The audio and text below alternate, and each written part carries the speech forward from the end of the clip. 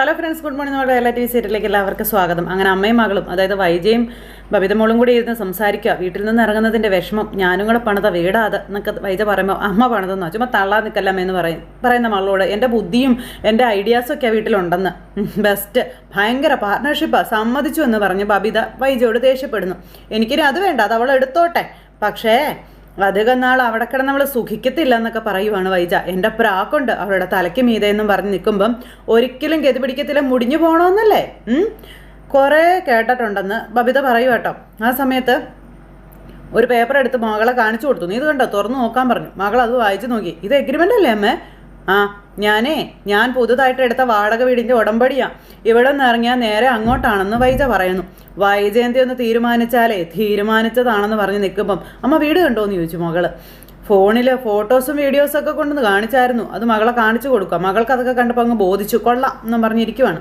അത് കഴിഞ്ഞ് അമ്മയെ കണ്ട് വീട്ടിലേക്ക് തിരിച്ചെത്തിയ ബബിത അപ്പോൾ ഓട്ടോക്കാരനോട് കൂലി ചോദിച്ചു. അദ്ദേഹം പൈസ പറയുമ്പോൾ ടൗണിൽ നിന്ന് ഇവിടം വരെയോ തന്നേക്കാൻ പറഞ്ഞു.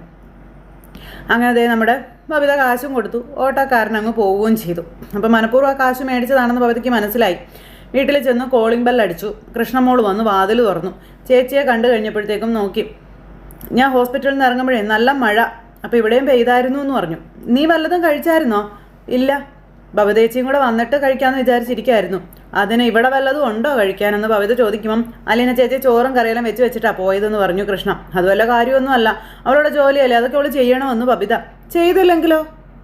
ചെയ്തില്ലെങ്കിലേ വിവരം അറിയുമെന്ന് ബബിത കൃഷ്ണയോട് പറയുക. അത് ശരിയാ, ബബിതേച്ചിയുടെ വയറ് വിവരം അറിയും എന്നും പറഞ്ഞ് കൃഷ്ണ എന്നിട്ട് അവിടെ നിന്ന് അങ്ങ് പോയി. ബബിതയാണെന്നുണ്ടെങ്കിൽ അവിടെ അങ്ങനെ കൈ കഴുകാനൊക്കെ ആയിട്ട് പോയി. അപ്പോൾ എനിക്ക് കഴിക്കാൻ ഇത് മതിയെന്നും പറഞ്ഞ് കൃഷ്ണമോൾ ഒരു പാത്രം എടുത്തു. അവിടെ വന്നിരിക്കുമ്പോൾ, എടി എനിക്ക് ചോറ് വിളമ്പി തരാൻ പറഞ്ഞു.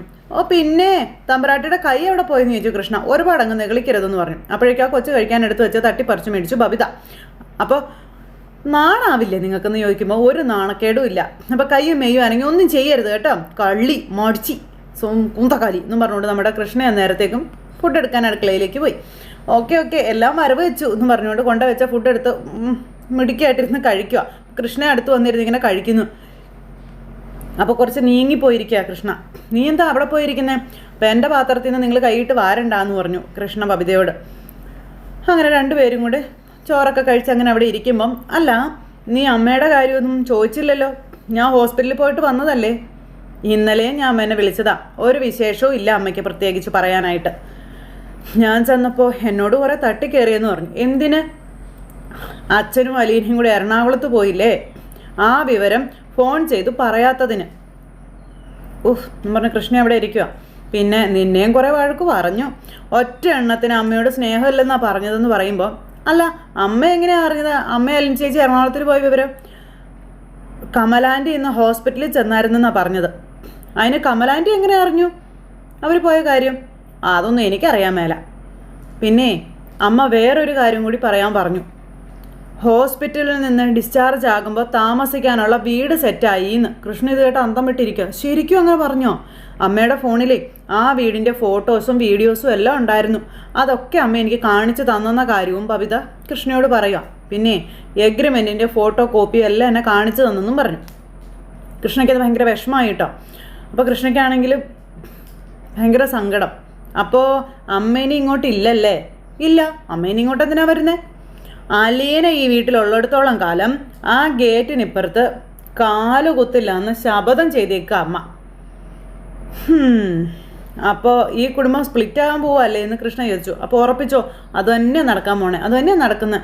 അപ്പോൾ ചേച്ചിക്ക് എന്തോ അതിൽ വലിയ സന്തോഷമുള്ള പോലെയാണല്ലോ എന്ന് കൃഷ്ണ ബബിതയോട് ചോദിക്കുമ്പം, ഞാനേ അമ്മയുടെ കൂടെ പോകും, അത് ഞാൻ പണ്ടേ ഡിസൈഡ് ചെയ്ത കാര്യമാണെന്ന് ബബിത പറയാ കൃഷ്ണയോട്. ഇപ്പോൾ കൃഷ്ണയ്ക്ക് ഭയങ്കര സങ്കടമായി.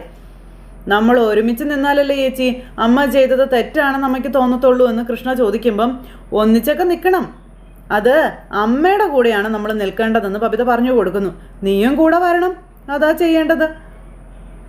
പിന്നെ രോഹിയേട്ടൻ ജയിലിൽ നിന്ന് ഇറങ്ങുമ്പോൾ അങ്ങോട്ടേക്ക് വന്നോളും. അച്ഛൻ അന്നേരം മനസ്സിലാവും തെറ്റ് ആരുടെ ഭാഗത്താണ് എന്നുള്ളത്. അപ്പോൾ അച്ഛൻ മനസ്സിലാക്കട്ടെ. കഷ്ടമായി പോയല്ലോ എന്ന് കൃഷ്ണ പറയുകയാണ്. കൃഷ്ണയ്ക്ക് പിന്നെ ഭക്ഷണം കഴിക്കാൻ പറ്റുന്നില്ല. എനിക്കിപ്പോൾ ഈ ഒരു വാക്കല്ലാതെ വേറെ ഒന്നും ഇതിൽ പറയാനില്ല എന്നും കൃഷ്ണ ബബിതയോട് പറയുവാണ്.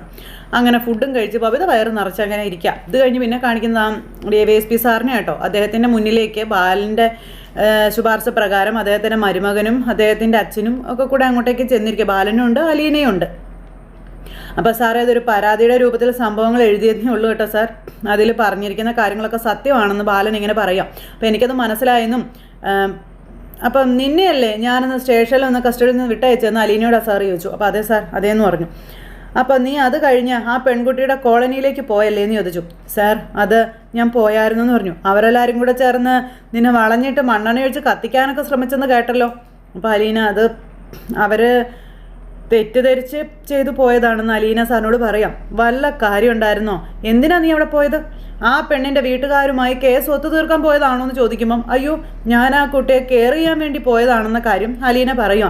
അവളെ മാനസികമായി തകർന്ന് സൂയിസൈഡ് ചെയ്യണമെന്ന് വിചാരിച്ച് കിടക്കുകയായിരുന്നെന്നും 3 തവണ ഞാനവിടെ പോയെന്നും അവളെ എഴുന്നേൽപ്പിച്ച് നടത്തി പിന്നെ മുന്നോട്ട് പോകാനുള്ള ധൈര്യം കൊടുത്തുവെന്നും അലീന പറയുമ്പം അപ്പോൾ അതിനിടയ്ക്ക് അവളുടെ കയ്യിൽ നിന്ന് ഇങ്ങനൊരു സംഭവം ചോർത്തുകയും ചെയ്തു. കൊള്ളാം എന്നാൽ സാർ അലീനയോട് പറയുമ്പം അയ്യോ, ഞാൻ ഒരിക്കലും ചോർത്തിയതൊന്നുമല്ല സാർ, ഞാൻ അവളോടൊന്നും ചോദിച്ചിട്ടില്ല എന്നും കുറ്റബോധം കൊണ്ട് അവൾ ഇങ്ങോട്ട് പറഞ്ഞതാണെന്ന് പറഞ്ഞു.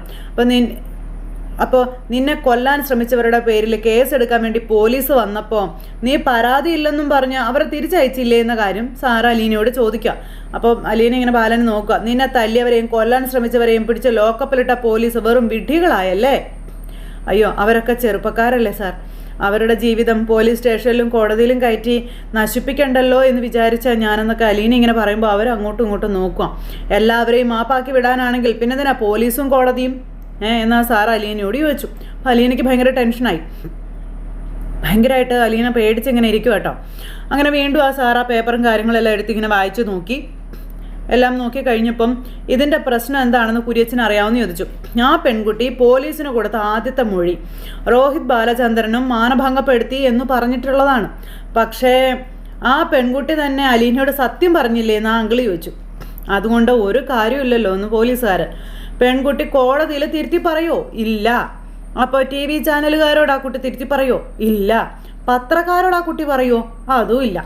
പിന്നെ ഇവളോടുള്ള സ്നേഹം വെച്ച് പറഞ്ഞു പോയതാ, അതോടെ കാര്യം തീർന്നു.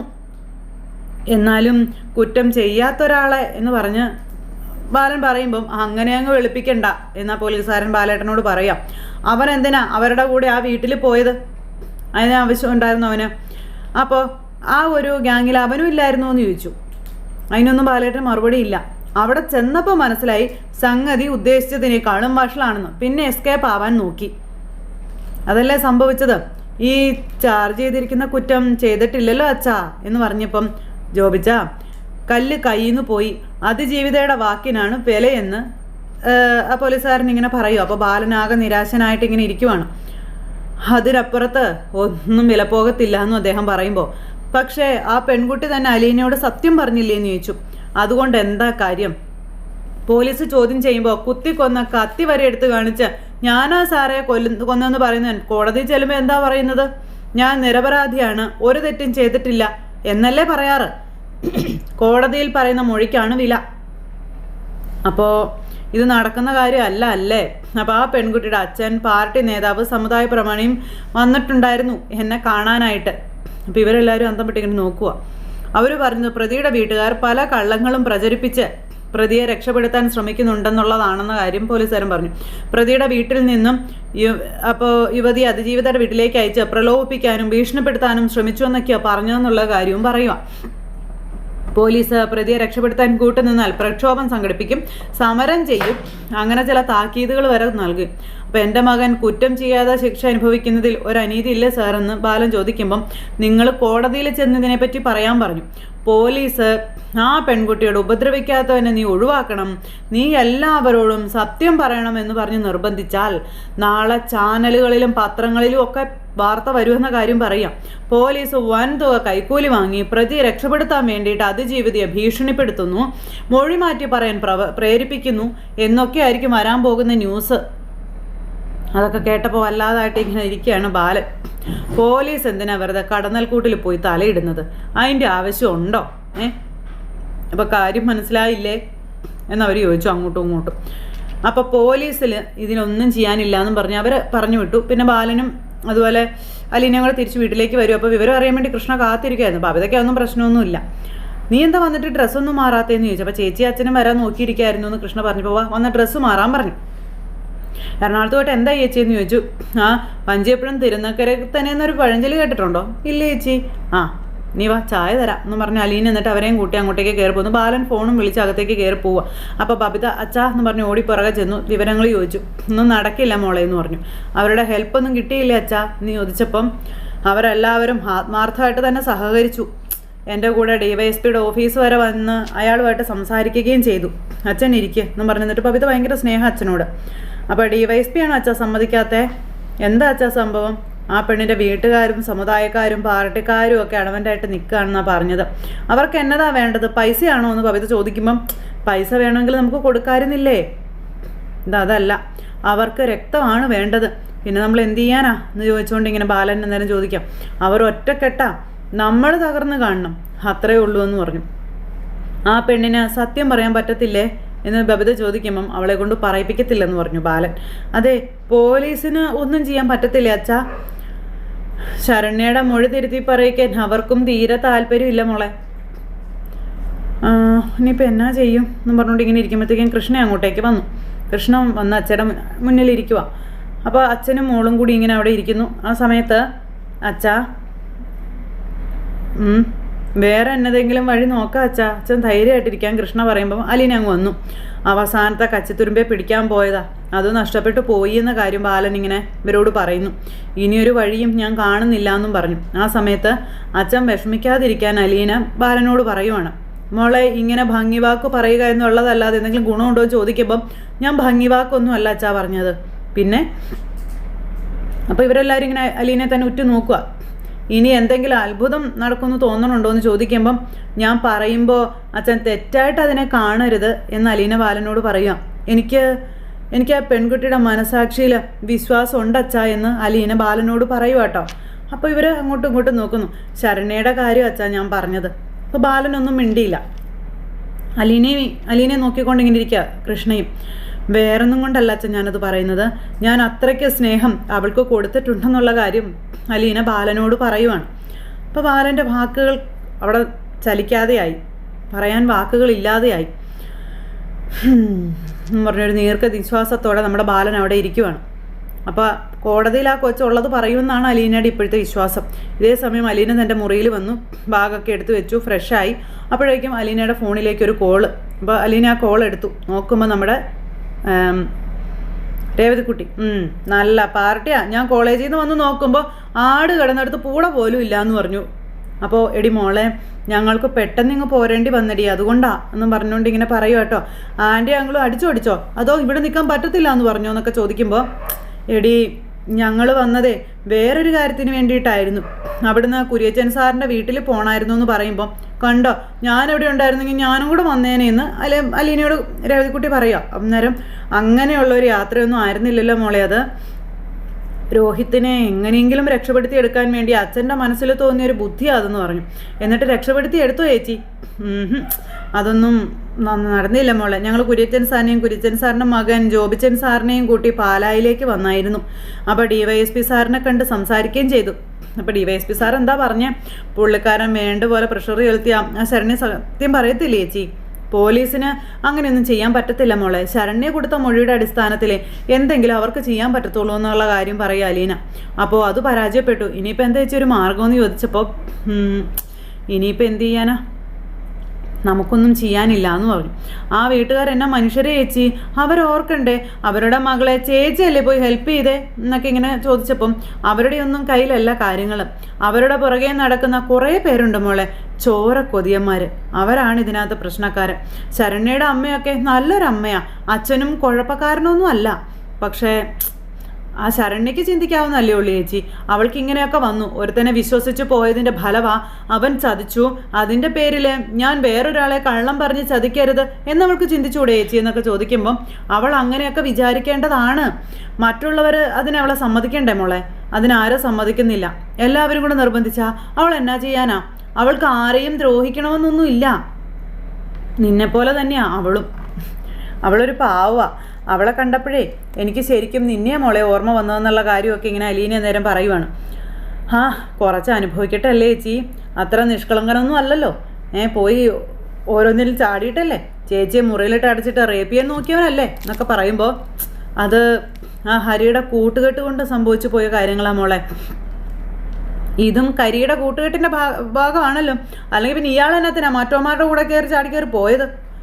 ശരണ്യെ പീഡിപ്പിക്കലാണ് അവിടെ നടക്കാൻ പോകുന്നത് എന്ന് അറിഞ്ഞുകൊണ്ട് തന്നെയല്ലേ മാന്യൻ അങ്ങോട്ട് പോയതെന്ന് ചോദിക്കുമ്പോൾ പോകരുതെന്ന് അന്നും ഞാൻ അവനെ വിലക്കിയതാ. അങ്ങോട്ടാ പോകുന്നതെന്ന് എനിക്കറിയാൻ മേലായിരുന്നു. എന്നിട്ടും അതിനു മുൻപും പല തവണ ചേച്ചി ഉപദേശിച്ചതല്ലേ? ചേച്ചിയുടെ ഭക്ഷണത്തരം കാണിച്ചു കഴിഞ്ഞിട്ടും ചേച്ചി ഉപദേശിച്ചതല്ലേ? അവൻ കേട്ടില്ലല്ലോ. ചേച്ചിയുടെ ആങ്ങളെയാണല്ലോ എന്ന് വിചാരിച്ച് ചേച്ചിക്ക് അലിവ് തോന്നുമായിരിക്കും. എനിക്കൊരു ധൈര്യം തോന്നുന്നൊന്നുമില്ല.